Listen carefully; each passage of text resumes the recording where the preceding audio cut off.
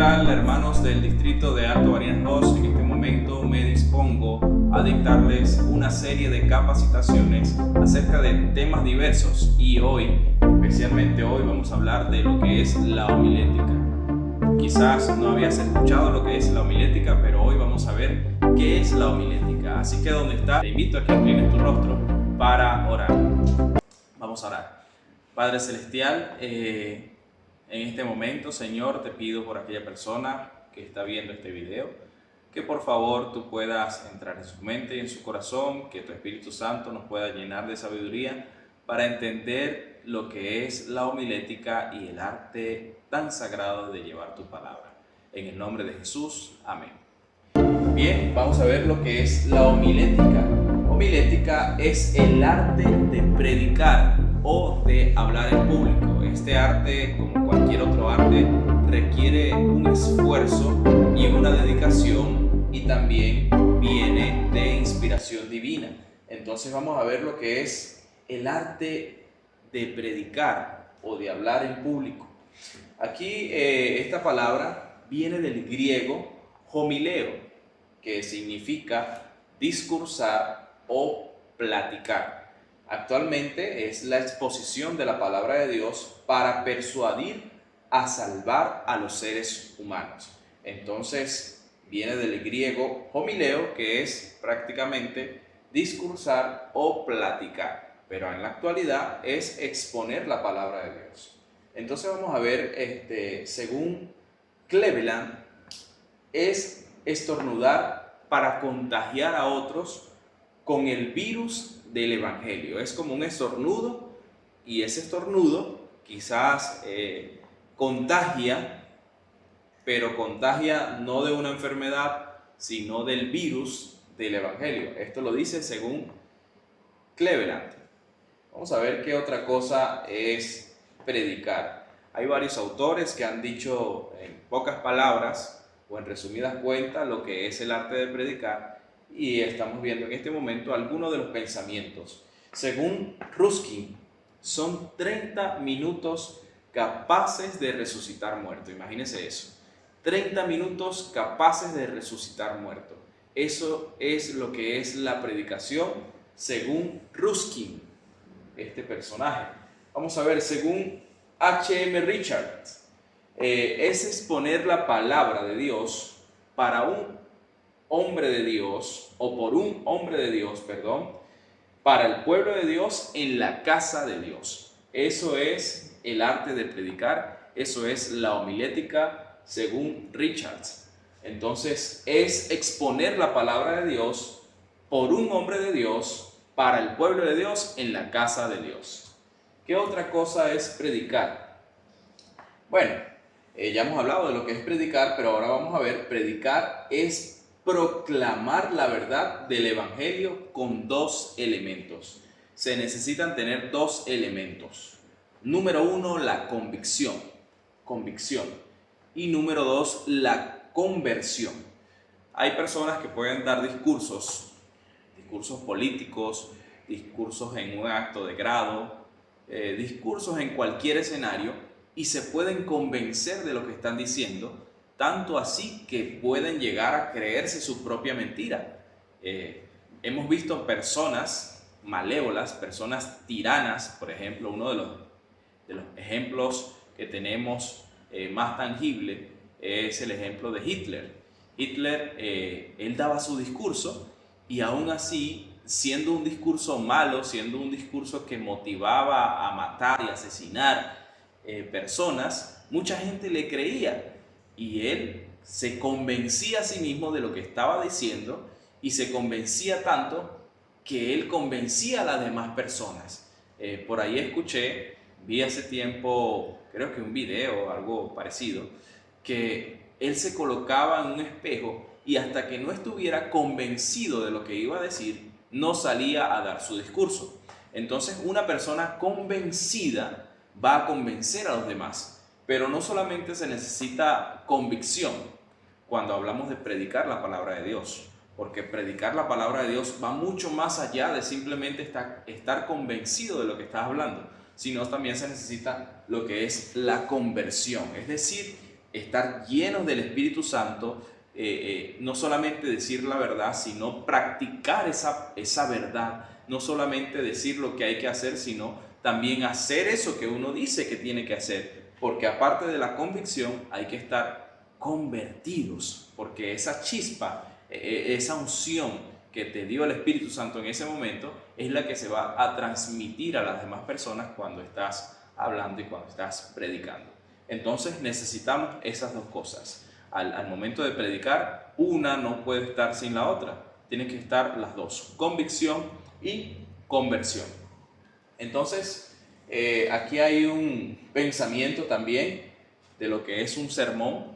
Es un pedazo de pan para ser comido, no una obra de arte en que deleitarse. Esto lo repetía mucho nuestra profesora en el seminario, la profesora Guillermina, y muchas veces el sermón que dicen los predicadores o el sermón que dan los predicadores nos encanta tanto, pero no solamente se necesita que nos guste o no solamente necesitamos que nos encante aquellas palabras bonitas que dijo el predicador, sino que también sea también de provecho para nosotros. ¿Por qué? Aquí lo dice el pensamiento. Un sermón es un pedazo de pan para ser comido, no una obra de arte en que deleitarse.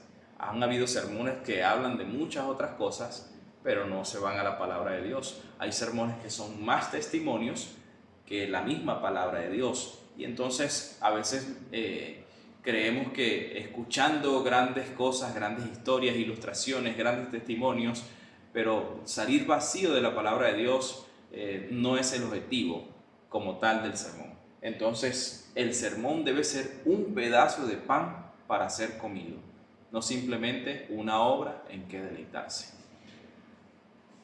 Y voy a hacer una pausa aquí porque muchas veces cuando escuchamos un sermón hay personas que dicen, bueno, me pareció aburrido, me pareció quizás bueno.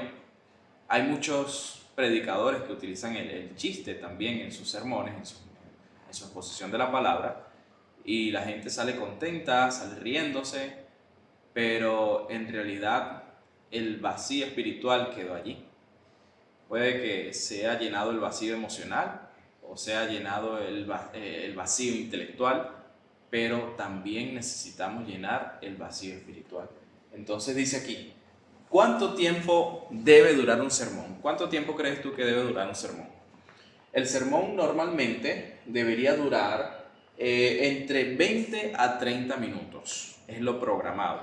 De hecho, nosotros como seres humanos perdemos la capacidad de atención muy rápido. Un niño, creo que 5 minutos y ya perdió la atención. Un adulto quizás un poquito más, pero 20 minutos, de 20 a 30 minutos es lo que debería durar un sermón. Hay 3 tipos de sermones. Este material se los voy a compartir y espero que sea de provecho para ustedes. Quizás le estaré llegando individualmente o por el grupo, ya veremos. Pero es bueno que si usted quiere anotar, pues vaya anotando. 3 tipos de sermones. Está el sermón temático. Está el sermón textual y el sermón expositivo. No me voy a detener mucho, solamente voy a resumir con pocas palabras estos tipos de sermones. El primer sermón es un sermón temático.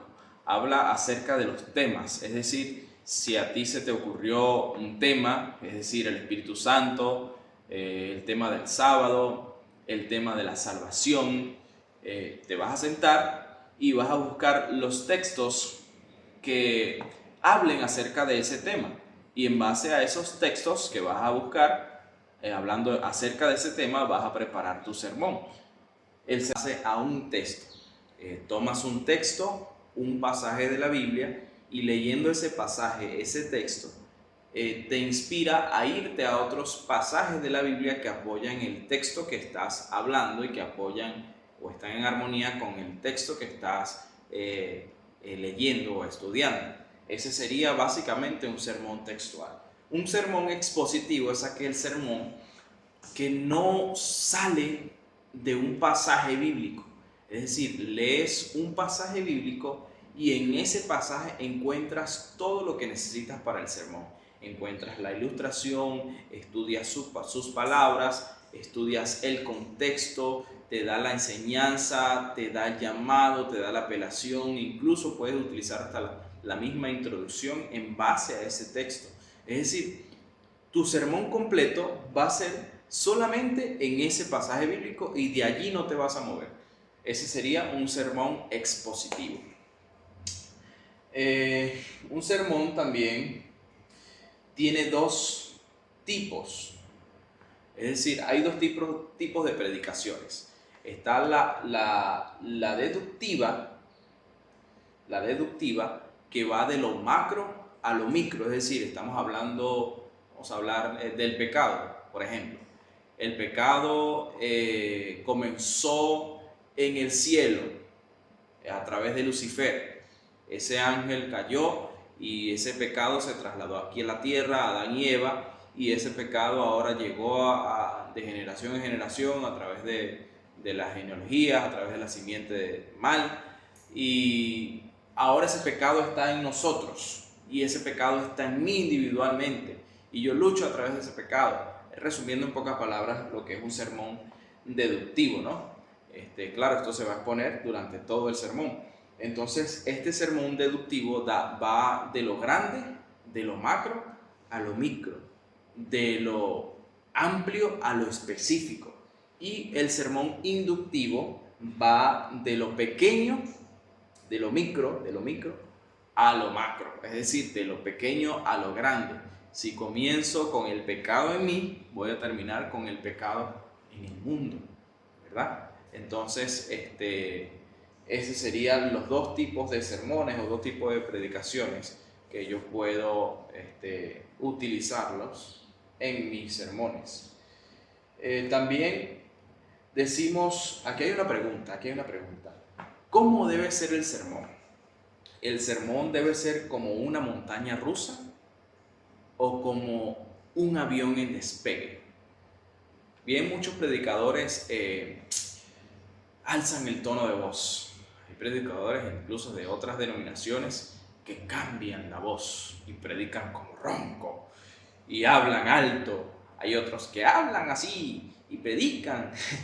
Y hay muchos predicadores que utilizan su estilo de predicación bien particular. Sin embargo, nosotros como predicadores debemos adaptar nuestro estilo, pero se recomienda que el sermón pueda ser como un avión que llega en su introducción, capta la atención, las personas se quedan asombradas con el mensaje, quieren oír más y llega un momento donde el avión despega y se va en el clímax del sermón, y allí se está diciendo las enseñanzas más importantes del sermón y la persona adapta y asocia esa predicación, ese sermón, esas enseñanzas con su vida y llega a un llamado y una conclusión, apela a su corazón, toma una decisión y entonces es cuando el avión va aterrizando. Es decir, el sermón va poco a poco, lleva a la persona hasta lo más alto